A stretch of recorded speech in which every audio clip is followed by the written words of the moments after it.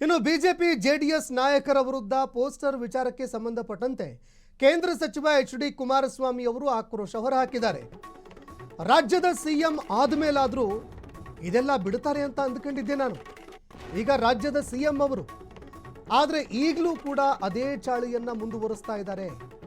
ಇದೆಲ್ಲ ಬಿಡುತ್ತಾರೆ ಅಂತ ಅಂದ್ಕೊಂಡು ಬಿಟ್ಟಿದ್ದೆ, ಆದರೆ ಪೋಸ್ಟರ್ ಅಂಟಿಸೋದು, ಬ್ಲೂ ಫಿಲ್ಮ್ ಮಾಡಿಸುವಂಥದ್ದು ಇದೆಲ್ಲವನ್ನೂ ಕೂಡ ಕೈ ಬಿಡುತ್ತಾರೆ ಅಂತ ಅಂದುಕೊಂಡಿದ್ದೆ. ಆದರೆ ಆ ಖಯಾಲಿ ಇನ್ನೂ ಹೋಗಿಲ್ಲ ಅಂತ ಎಚ್.ಡಿ. ಕುಮಾರಸ್ವಾಮಿ ಅವರು ಕಿಡಿಕಾರಿದ್ದಾರೆ. ಅದೆಲ್ಲವೂ ಪೋಸ್ಟರ್ ಅಂಟಿಸಿ ಪ್ರಚಾರ ಮಾಡುವಂಥದ್ದಾ? ನನ್ನದು ನಿಖಿಲ್ ಅನಿತಾ ಅವರದ್ದು ಪೋಸ್ಟರ್ಗಳನ್ನು ಕೂಡ ಹಾಕಿದ್ದಾರೆ. 46 ಎಕರೆ ನಾನು ಕಷ್ಟಪಟ್ಟು ಸಂಪಾದಿಸಿರುವಂತಹ ಜಮೀನು, ಅದು ಬಿಟ್ಟು ನನಗೆ ಬೇರೆ ಯಾವುದು ಜಮೀನಿದೆ ಹೇಳಿ? ಈ ಜಮೀನನ್ನು ಬಿಟ್ಟು ಬೇರೆ ಯಾವ ಜಮೀನಿದೆ ಹೇಳಿ? ಪರೋಕ್ಷವಾಗಿ ಸಿಎಂ ಡಿ.ಕೆ. ಶಿವಕುಮಾರ್ ವಿರುದ್ಧ ಎಚ್.ಡಿ.ಕೆ. ಅವರು ಆಕ್ರೋಶ ಹೊರಹಾಕಿದ್ದಾರೆ.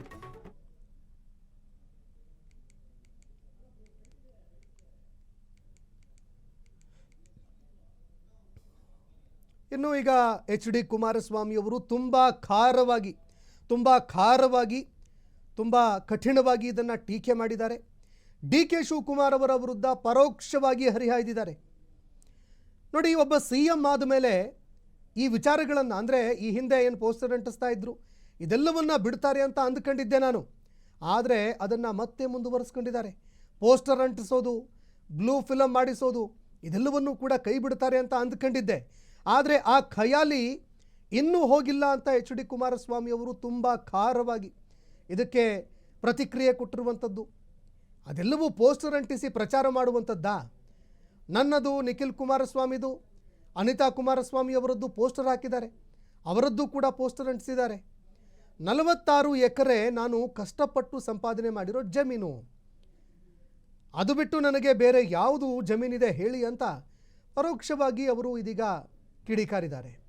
ಇನ್ನು ನೋಡ್ತಾ ಇದ್ದೀರಿ ದೃಶ್ಯಾವಳಿಯಲ್ಲಿ, ನೀತಕ್ಕ ನಾನು ವಿನಯ್ ಗೌಡ ನಿಮ್ಮ ಬೇನಾಮಿ ಭೂಮಿಯ ಒಡೆಯ ಅಂತ ಕೆಲವು ಪೋಸ್ಟರ್ಗಳನ್ನು ಅಂಟಿಸಿದ್ದಾರೆ.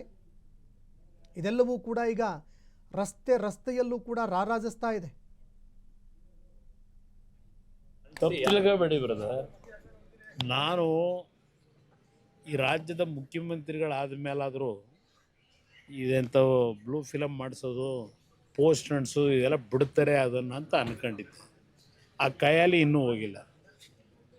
ಅದೆಲ್ಲ ಪೋಸ್ಟ್ ಅಂಟಿಸ್ಬಿಟ್ಟು ಪ್ರಚಾರ ಮಾಡೋ ಅಂಥದ್ದ? ನಂದು ಬಿಟ್ಟುಬಿಡಿ, ಈವನ್ ನನ್ನ ಹೆಂಡ್ತಿದ್ದು ಫೋಟೋ ಹಾಕೋರು, ನಂದು 100 ಎಕರೆ ಅಂತ ಅದೇನೋ ನಿಖಿಲ್ದು ನಂದು ಹಾಕೋರಲ್ವೇ.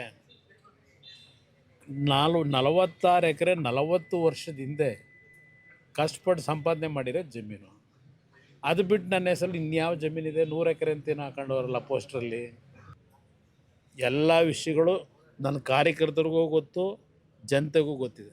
ಅದರಿಂದ ನಾನು ಇದಕ್ಕೆಲ್ಲ ಇಂಥ ಬೆದರಿಕೆಗೆ ಹೆದರ್ತಕ್ಕಂಥ ಪ್ರಶ್ನೆ ಇಲ್ಲ, ಈ ಪೋಸ್ಟ್ಗಳಿಗೆ ಹೆದರ್ತಕ್ಕಂಥ ಪ್ರಶ್ನೆ ಇಲ್ಲ.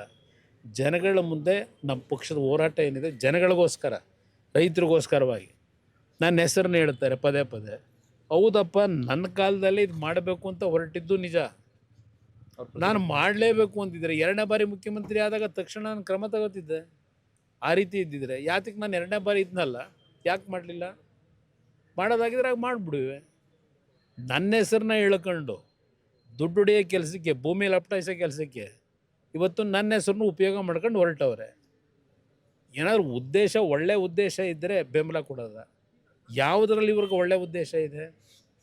ಯಾವುದೇ ಒಂದು ಕೆಲಸ ಮಾಡಬೇಕು ಅಂದ್ರೆ ದುಡ್ಡೇ ನೋಡ್ತಾರೆ. ಇಂಥ ವ್ಯಕ್ತಿ ಬಗ್ಗೆ ನಾನು ಎಷ್ಟು ಸಲ ಮಾತಾಡಲಿ ಸರ್? ಇನ್ನೊಂದು ನಿನ್ನೆ ಈಗ ತಪ್ಪಿಲ್ಲಬೇಡಿ ಬ್ರದರ್, ನಾನು ಈ ರಾಜ್ಯದ ಮುಖ್ಯಮಂತ್ರಿಗಳಾದ ಮೇಲಾದರೂ ಇದೆಂಥವು ಬ್ಲೂ ಫಿಲಮ್ ಮಾಡಿಸೋದು, ಪೋಸ್ಟ್ ಅಂಟಿಸೋದು ಇದೆಲ್ಲ ಬಿಡ್ತಾರೆ ಅದನ್ನು ಅಂತ ಅಂದ್ಕೊಂಡಿದ್ದೆ. ಆ ಕೈಯಲ್ಲಿ ಇನ್ನೂ ಹೋಗಿಲ್ಲ. ಅದೆಲ್ಲ ಪೋಸ್ಟ್ ಅಂಟಿಸ್ಬಿಟ್ಟು ಪ್ರಚಾರ ಮಾಡೋ ಅಂಥದ್ದ? ನಂದು ಬಿಟ್ಟುಬಿಡಿ, ಈವನ್ ನನ್ನ ಹೆಂಡ್ತಿದ್ದು ಫೋಟೋ ಹಾಕೋರು, ನಂದು 100 ಎಕರೆ ಅಂತ ಅದೇನೋ ನಿಖಿಲ್ದು ನಂದು ಹಾಕೋರಲ್ವೇ. 46 ಎಕರೆ 40 ವರ್ಷದ ಹಿಂದೆ ಕಷ್ಟಪಟ್ಟು